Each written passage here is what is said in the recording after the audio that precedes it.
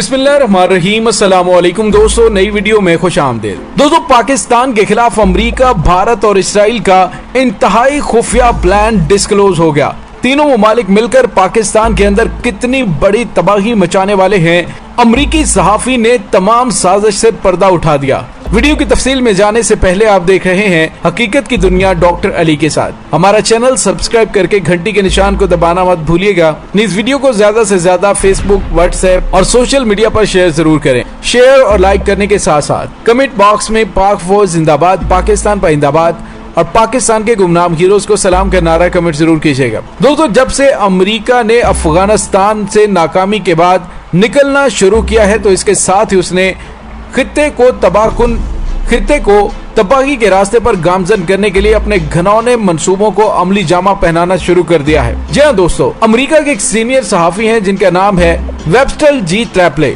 ये अमेरिका के मारूफ अखबारात में कॉलम्स भी लिखते हैं और अमेरिका में एक सीनियर सहाफी के तौर पर जाने और पहचाने जाते हैं। इनकी खबरों की ऑथेंटिसिटी इतनी है कि हर कोई इनकी रिपोर्ट पर आंखें बंद करके यकीन करता है। दोस्तों, यहाँ पे आपको ये बताते चलें कि अमेरिका के सीनियर सहाफी वेबस्टर जी ने एक मंसूबे का इंकशाफ किया जिसमें बताया गया है कि अमेरिका की CIA दो दीगर ममालिक भारतीय खुफिया एजेंसी रा और इसराइली खुफिया एजेंसी मुसाद के साथ मिलकर पाकिस्तान को 3 से 4 हिस्सों में तकसीम करके खित्ते में भारतीय बालादस्ती कायम करवाना चाहती है। इस नापाक मंसूबे को अमली जामा पहनाने के लिए अफगानिस्तान से निकलने के साथ साथ अमेरिका ने शुरू कर दी है। जी हाँ दोस्तों, अफगानिस्तान में ये तीनों खुफिया एजेंसी बराबर अमली तौर पर अपना नेटवर्क कायम किए हुए हैं और डिस्ट्रक्शन ऑफ पाकिस्तान के नाम से ये मंसूबा तैयार किया गया। इसके तहत बलूचिस्तान में खुफिया तौर पर बलोच कबाइल और दूसरी जानिब पश्तून कबाइल और इसी तरह सिंध में भी पाकिस्तान मुखालिफ शोरश बर्पा करने के लिए बेपनाह सरमाया फराहम किया जा रहा है। मुकामी सतह पर पाकिस्तान के मुखालिफ अनासिर आलाकार के तौर पर इस्तेमाल हो रहे हैं और ईरानी और बलोची भी इस मंसूबे में शामिल हैं। दोस्तों, चीन जो कि एशिया और मशरक़ वुस्ता के ममालिक तक मुआशी कॉरिडोर पाकिस्तान के रास्ते लाना चाहता है, इसे नाकाम बनाने की खातिर पाकिस्तान में सियासी और मुआशी तौर पर गैर मुस्तहकम सूरत हाल पैदा करना खुफिया मंसूबाबंदी का हिस्सा है। चीनी सदर शी जिनपिंग और उसके बाद वजीर आजम पाकिस्तान इमरान खान की जानिब से आज जो बयानात सामने आए हैं, उससे जाहिर होता है कि खित्ते के अंदर एक बहुत बड़ी घनौनी गेम का आगाज हो चुका है। दोस्तों, अमेरिका किसी तौर पर भी सरजमीन पाकिस्तान पर ना तो फौजी कार्रवाई करने की जुर्रत कर सकता है और न ही किसी हवाले से अपनी डिप्लोमेसी में अब कामयाब हो सकता है। उसकी एक बड़ी वजह तो यह है कि इमरान खान की मौजूदा हुकूमत की खारजा पॉलिसी बहुत ज्यादा वाज़ेह है और वो जाती मुफादात को बिल्कुल तरजीह नहीं देते, कौमी मुफादात के फैसले किए जा रहे हैं। और दूसरा, पाकिस्तान का वो एटमी प्रोग्राम है जो पाकिस्तान की सलामती का जामिन है। इसके अलावा फौज पाकिस्तान दहशतगर्दी के खिलाफ जंग में अपना लोहा आलमी सतह पर मनवा चुकी है और अब पाकिस्तान दुश्मन कुव्वतों का हर महाज पर मुकाबला करने की भरपूर सलाहियत रखता है। यकीनन अब सरहदों पर खतरात मंडला रहे हैं। पाकिस्तान के अंदर भी खुफिया हाथ सरगर्म अमल है। इसके बावजूद वजीर आजम इमरान खान ने अमेरिका की किसी भी पॉलिसी को सफारती और अस्करी सतह पर मानने से दो टोक अंदाज में इनकार करके पाकिस्तान के वकार को बुलंद किया है और इसके साथ ही अमेरिका को भी वाज़ेह पैगाम दे दिया है कि अब वो वाला पाकिस्तान नहीं है जो तुम्हारे एक टेलीफोन कॉल पर बिछ जाया करता था। अब पाकिस्तान की हिफाजत करना हमारी कौमी जिम्मेदारी है और कौमी मुफादात पर जाती मुफादात कोई तरजीह नहीं रखते। दोस्तों, अब मुस्तकबिल में एक मुस्तहकम और मजबूत हुकूमत पाकिस्तान की जरूरत बन चुकी है।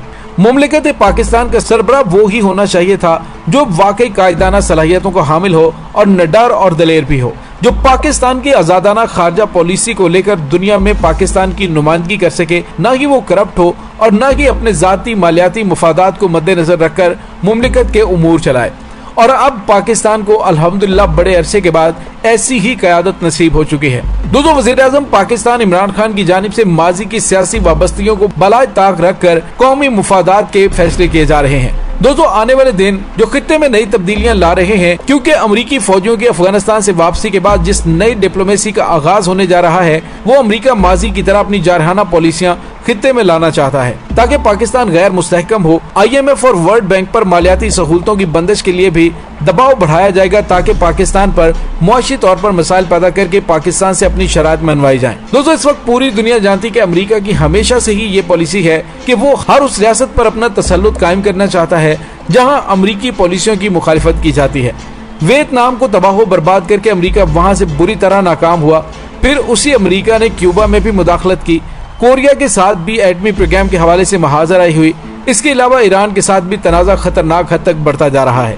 और फिर इराक, लीबिया, शाम, यमन और मिस्र में भी जो कुछ हुआ उसे भी पूरी दुनिया ने देखा कि किस तरह लीबिया के सदर मुअम्मर क़ज़ाफ़ी को मंजर आम से हटाया गया। इसमें बराबर तौर पर बरतानिया भी अपना किरदार अदा कर रहा है। इसी तरह इराक में सद्दाम हुसैन को जिस तरीके से हटाया गया, वेपन्स ऑफ मास डिस्ट्रक्शन यानी इराक में बड़े पैमाने पर तबाही मचाने वाले हथियार मौजूद हैं, यानी कीमियाई हथियारों की इराक में मौजूदगी का बहाना बनाकर अमेरिका और बरतानिया इराक पर फौजी कार्रवाई के लिए चढ़ दौड़े और इराक को तबाह बर्बाद करके रख दिया। बाद में बरतानवी साइंसदान ने इराक के बारे में अपनी रिपोर्ट में ये इंकशाफ किया था कि इराक की सरजमीन पर किसी भी जगह पर कीमियाई हथियारों की मौजूदगी नहीं थी।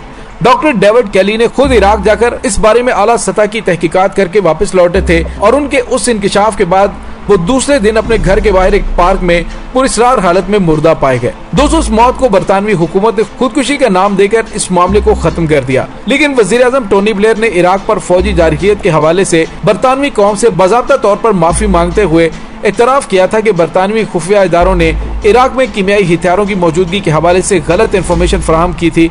इसी तरह स्वीडन के इंतहाई अहम साइंसदान हैंस ब्रेक्स ने अपनी तहकीकाती रिपोर्ट में कहा था कि इराक में कीमियाई हथियारों का कोई वजूद नहीं था, फिर भी अमेरिका और बरतानिया ने इराक पर हमला किया जो सरासर जारहियत थी। दोस्तों, अफगानिस्तान में जिन वजूहात की बिना पर अमरीकी फौज अपने इत्तेहादी ममालिक के अफवाज के साथ जिस मिशन पर दाखिल हुई थी उसमें उनको बुरी तरह नाकामी हुई, लेकिन अमेरिका ने खित्ते में चीन की मुआशी और तिजारती सरगर्मियों से खौफजदा होकर पूरे खित्ते को जंग के मैदान में बदलने की हिकमत अमली तय कर ली है। अफगानिस्तान में इस वक्त भारत का असर और सुख अपनी जगह पर है और साथ ही अमेरिका ने इसराइल को भी भारत के अलावा अफगानिस्तान में रसाई दिलवाने की गर्ज से जिस डिप्लोमेसी पर अमल किया है, ये इस खित्ते के लिए तबाहकुन नताइज लेकर आएगी। दोस्तों, मुस्लिम ममालिक का इसराइल को सफारती सतह पर तस्लीम कर लेना भी अमरीकी मनसूबाबंदी की अहम कड़ी है, यानी सऊदी अरब और मुत्तहिदा अरब अमारात जैसी मुस्लिम रियासतों में इसराइल को खुली रसाई दिलवाना, मुस्लिम उम्मा के इत्तेहाद को पारा पारा करना, इन ममालिक में तफरका फैलाकर उन्हें कमजोर करना और अमेरिका में सदर रेगन हो, सदर बुश हो,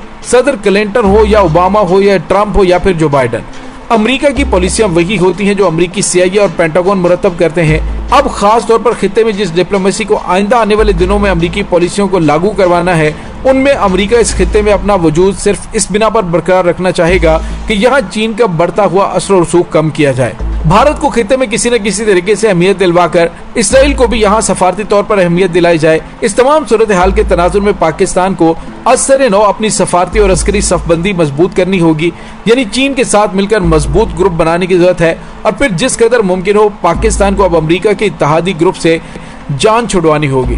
चीन, तुर्की, रूस और ईरान के साथ मुश्तरका हिकमत अमली के तहत खित्ते में पाकिस्तान अपना असर और रसूख अदा करने की पोजीशन में है और जरूरत इस बात की है कि बिला वजह अफगानिस्तान के अंदरूनी मामलात में पाकिस्तान को मुलविस न होने की पॉलिसी अपनाकर अमेरिका के नए मंसूबों को खित्ते में नाकाम बनाने की सलाहियत पाकिस्तान के पास मौजूद है। दोस्तों, अब वक्त आ गया कि खित्ते के तमाम ममालिक खुसूसन पाकिस्तान, चीन, रूस और ईरान मिलकर अमेरिका की इजारादारी को मुकम्मल तौर पर खित्ते से खत्म कर दें, जिसके चांसेस बहुत ज्यादा हैं और पाकिस्तान, रूस, चीन और ईरान की लीडरशिप की जानिब से वाज़ेह तौर पर अमेरिका के तमाम अहकामात और अमेरिकी पॉलिसियों को जूते की नोक पर रखा गया है, जो ये जाहिर करती है कि आने वाली सदी एशिया की सदी होगी। दोस्तों, इसके साथ ही डॉक्टर अली को इजाजत दीजिए। इंशाल्लाह बहुत जल्द मिलते हैं एक नई वीडियो में। तब तक के लिए अपना बहुत सारा ख्याल रखिएगा। पाक फौज जिंदाबाद, पाकिस्तान पाइंदाबाद, पाकिस्तान के गुमनाम हीरोज को सलाम। अल्लाह वारिस।